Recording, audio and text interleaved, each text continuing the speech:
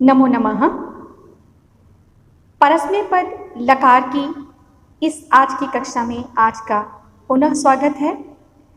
पिछली कक्षा में हम लोगों ने परस्मै पद के 5 लकारों की साधारण चर्चा की।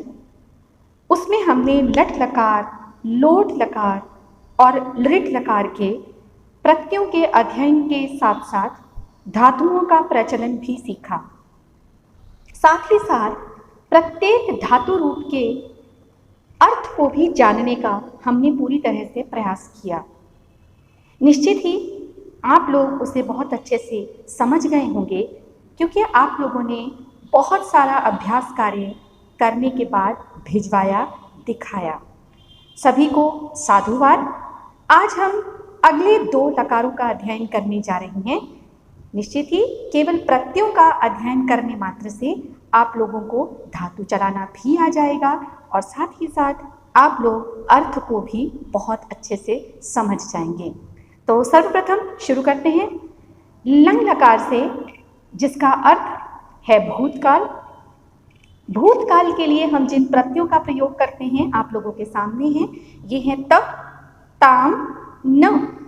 विसर्ग निश्चित ही विसर्ग से अभिप्राय 2 बिंदुओं से है। तम, त। अंतर देखिए, ये है त और ये है त। कुछ बच्चों को ऐसा लगता है सिर्फ हलंत से क्या फर्क पड़ता है। देखिए फर्क पड़ता है।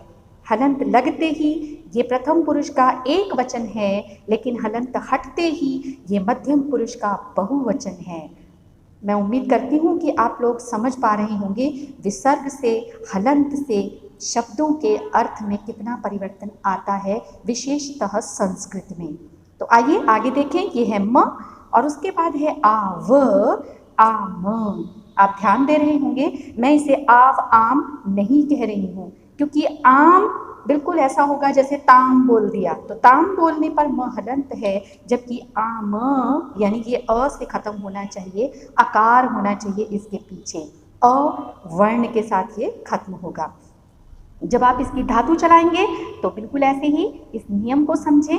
ये नियम कहता है कि जब आप इस धातु को चलाते हैं तो आपको सर्वप्रथम इसके आगे अकार लगाना है। अकार से यहाँ पर अभिप्राय है अवर्ण से। अवर्ण लिखेंगे, उसके बाद आप धातु लिखेंगे और उसके बाद में आप प्रत्यय लिखेंगे। जो प्रत्यय ऊपर अभी आपने सीखे हैं उन प्रत्ययों को आपको लगाना है। यहाँ पे ध्यान दीजिए, मैंने धातु पत धातु चलाई है। पत का अर्थ होता है गिरना। पत धातु मैंने क्यों चलाई है ये भी मैं बता देती हूँ, इसका कारण भी देखिए ध्यान से। जो प्रत्यय हम सीखते हैं, जिस प्रकार से ये आप ऊपर देख पा रहे होंगे, इन प्रत्ययों में ज़्यादातर त का इस्तेमाल होता है। ऐसे में जब हमें इस प्रकार की कोई धातु चलानी पड़ती है जिसके अंदर त का ही वर्ण जो इस्तेमाल किया गया है, त वर्ण ही है उसके अंदर, तो अक्सर हम प्रत्ययों को लगाने पर उस शब्द को या धातु रूप को लिखने में गलती करते हैं। तो आपको वो गलती नहीं करनी है, उसके लिए बहुत आराम से और बहुत ध्यान से धातु को चलाएंगे। देखिए पहले अ लिखना है, आप सब जगह देख पा रहे होंगे अ लगा हुआ है, तो आपको भी ऐसे ही अ लिखना है किसी भी धातु के साथ। उसके बाद में आपको धातु लिखना है। यहाँ धातु है पत, तो मैं सब जगह पत आपको व्यवस्थित देख लेना चाहिए, मैंने पत लिखा है। ये अलग बात है, आप लोगों को ये भी पता है जब भी हम धातु चलाते हैं तो हम इस हलंत को हटा देते हैं, क्योंकि इसके पीछे प्रत्यय जुड़ने पर वो पूरा वर्ण हो जाता है। तो देखिए पत। अब उसके बाद में प्रत्यय लगाइए। तो सर्वप्रथम का प्रत्यय जो हमारे पास में दिख रहा है वो देखिए, पहला प्रत्यय है त, तो हमने लिखा त। दूसरे में है ताम, तो यहाँ पे लगाया ताम। तीसरा प्रत्यय है न, तो हमने लिखा है न। अपतत, अपतताम, अपतन। यहाँ पे शब्द है अपतः, विसर्ग लगाएंगे हम पीछे, अपतम, अपतत।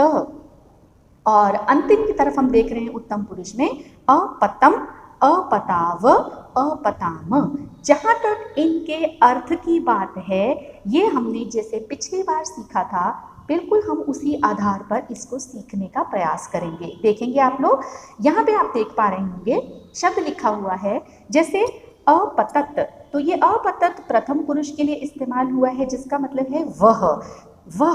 वह एक वचन में अकेला है वह, यहाँ है वे दोनों, ये शब्द इस्तेमाल होगा वे सब के लिए। तो वह गिर गया, यहाँ पे आप देख पा रहे होंगे ये अर्थ है वह गिर गया। निश्चित ही वह गिर गई, भी हो सकता है। वह गिर गया नपुंसक लिंग के लिए भी ये शब्द इस्तेमाल हो सकता है, क्योंकि पत्ता गिर गया, तो ऐसी स्थिति में भी आप अपतत का ही इस्तेमाल करेंगे। अब यहाँ पे ध्यान एक चीज़ और रखिए, वह गिर गया तो समझ में आ रहा है, एक सीधा सीधा शब्द वाक्य बन सकता है। कई बार भूतकाल की धातुओं के साथ जो ज़्यादातर याद रखने वाली बात है वो ये होती है कि यहाँ पर हम ने का प्रयोग देखते हैं, यानी कि कर्ता के साथ में ने का प्रयोग होता है। उदाहरणतः यदि मैं अपतत की जगह इस्तेमाल करूँ अलिखत, तो यहाँ पे वह लिख गया ऐसे वाक्य नहीं बनेगा, उसने लिखा ऐसे वाक्य बनेगा। ठीक है, उसने कहा, उसने लिखा, उसने बुलाया, तो इस तरह से वाक्य बनता है भूतकाल के अंदर ने लगाकर।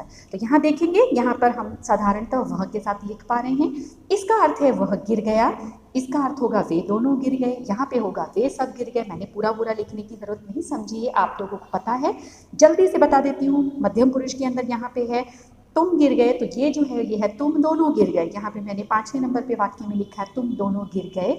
और ठीक वैसे ही यदि आप आगे देख पा रहे होंगे तो ये है हम सब गिर गए, ये इस शब्द के लिए लिखा है मैंने, ये धातु रूप कहता है हम सब गिर गए। अब इसके बाद आगे आप चलेंगे, हमने प्रत्यय लिखने हैं, सीखना है। वो प्रत्यय हैं विधि लिंग लकार के प्रत्यय। विधि लिंग लकार के प्रत्यय बिल्कुल हम लंग लकार के प्रत्ययों के साथ में सीखेंगे। मैंने आपको कहा था हम बिल्कुल ऐसे प्रत्यय सीखेंगे एक साथ जो एक जैसे हों, तो यहाँ पे हम वही कर रहे हैं।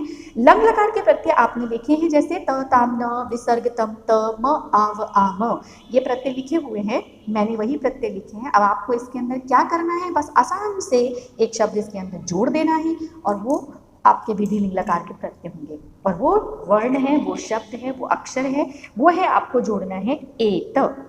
ए का प्रयोग इसके अंदर आपको करना है, ये है ए, तो ए आपको इसके आगे लिख देना है, ये है ए, यहाँ पे होगा एताम, यहाँ पे ए की बजाय हम नया शब्द लिखेंगे एयुः। कुछ कुछ अपवाद होते हैं, तो यहाँ ये अपवाद है, यहाँ पे है ए, यहाँ होगा एतम, ये होगा एत। अब यहाँ पर ए और ये भी ए और ये एम, तो आप देख पा रहे होंगे ये दोनों करीब करीब एक जैसे शब्द लगने लगेंगे। तो ऐसे में यहाँ पे परिवर्तन किया गया है, ये बीच में य एक और आपको लिखना है, ये है एयम। ये है आपके विधि लिंग लकार के प्रत्यय। तो अब जब आप धातु चलाएंगे तो वो भी ऐसे ही धातु चलेगी। धातु के अंदर फटाफट जो आपके प्रत्यय हैं वो जोड़ दीजिए।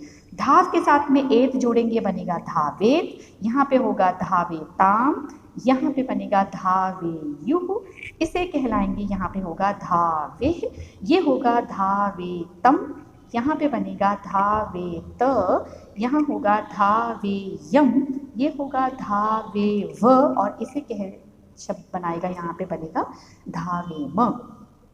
और अर्थ की चर्चा अगर आप देखें तो ध्यान देंगे, यहाँ पे मैंने जब प्रत्यय लिखा है तो मैंने बताया है इसका अर्थ है इच्छा, यानी कि ये विधिवाचक शब्द होते हैं, इच्छावाचक शब्द होते हैं, या फिर हम ऐसे वाक्य जहाँ पे चाहिए का प्रयोग करते हैं वहाँ पे हम इस प्रकार के प्रत्ययों का इस्तेमाल करेंगे। उदाहरणतः धावेत शब्द जो लिखा गया है, इसका जो मतलब होगा वो होगा उसे दौड़ना चाहिए, है ना। यहाँ पे है धावेयुः, इसका मतलब होगा उन सब को दौड़ना चाहिए। यहाँ अगर पूछोगे तो ये कहेंगे हम दोनों को दौड़ना चाहिए। यहाँ अगर हम बात करेंगे ये होगा तुम्हें दौड़ना चाहिए। ठीक है, इस प्रकार से ये शब्द बनते हैं, ये वाक्य बनेंगे। तो आप ये देख सकते हैं, ये बिल्कुल मैंने विधि लिंग लकार के वाक्यों को लिखने का प्रयास एक बार यहाँ पर किया है। आइए हम जल्दी से पांचों लकारों को एक बार फिर से उसकी पुनरावृत्ति कर लेते हैं। आप देख पा रहे हैं ये लट लकार है, ये लोट लकार है, ये लृट लकार है। वध धातु हमने यहाँ पे चलाई है, ये तीतः अंति के साथ है, ये तूताम अंतु के साथ है। यहाँ पे शति शतः शंति दिखाई दे रहा है। ये हमने आज लंग लकार जो सीखा है उसके लिए उदाहरण लिखे हैं, अवदत अवदताम अवदन। और यहाँ पे आप देख पा रहे होंगे वदेत वदेताम वदेयुः। ठीक है, अब जो आपको सीखना है कि हम याद रखें कि कैसे चीज़ों को हमेशा के लिए आप अपने दिमाग में बिठा सकते हैं। तो वो चीज़ें आप देख सकते हैं, वो क्या चीज़ें हैं, यहाँ पे देखेंगे लोट लकार जो होता है, आप कैसे पहचानोगे कि कौन सा लकार है? तो ध्यान दीजिएगा, जो लोट लकार होता है उसके अंदर कोई भी विसर्ग नहीं होती है, कोई विसर्ग उसके अंदर इस्तेमाल नहीं होता है। जो लृट लकार होता है इसके अंदर श का प्रयोग होता है। यहाँ पे देखिए मैंने लिखा है, या तो वहाँ पर स्य होगा या फिर श होगा या फिर क्ष्य होगा। अगर ये आपको अक्षर दिखाई देते हैं, ये शब्द आपको दिखाई देता है, तो समझ लीजिए कि वो लकार लृट लकार है, यानी वो भविष्य काल है। ठीक है, ऐसे ही अब लंग लकार पे देखिए, लंग लकार कहता है कि इसके आगे अ होना चाहिए। आपको आगे अकार दिखाई दिया, यानी अ वर्ण दिखाई दिया, मतलब सीधी सी बात है कि वो लंग लकार है, वो भूतकाल है।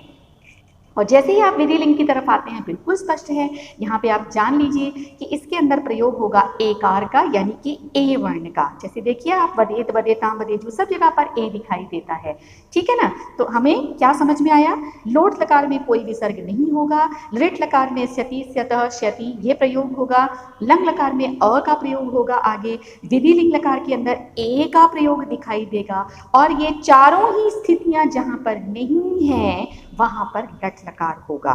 ठीक है, तो आप ये याद रखें और इस तरीके से आप कभी भी इस चीज़ों को भूलेंगे नहीं। ठीक, मैंने जैसे यहाँ पे टिक लगाया, इसका मतलब ये है कि ये चारों स्थितियां जहां पर नहीं है वो लट लकार है। और आप यहाँ देख पा रहे हैं, यहाँ विसर्ग भी है, यहाँ पे क्षति भी नहीं है, यहाँ पे आगे अ भी नहीं है, यहाँ पे बीच में ए भी नहीं लगता है, मतलब ये लट लकार की तरफ आपका इशारा करता है।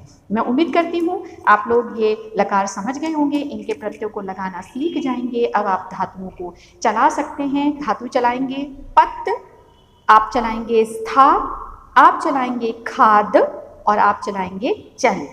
यहाँ पे ये भी बता दूं, स्था धातु को आदेश होगा तिष्ठ में, तो आप लोगों को तिष्ठ के साथ ये धातु चलानी है। हम बात कर रहे हैं लंग लकार और विधिलिंग लकार की। तो चलाते रहिए, पढ़ते रहिए, सीखते रहिए। फिर मिलेंगे अगली कक्षा में। धन्यवाद, शुभ दिन।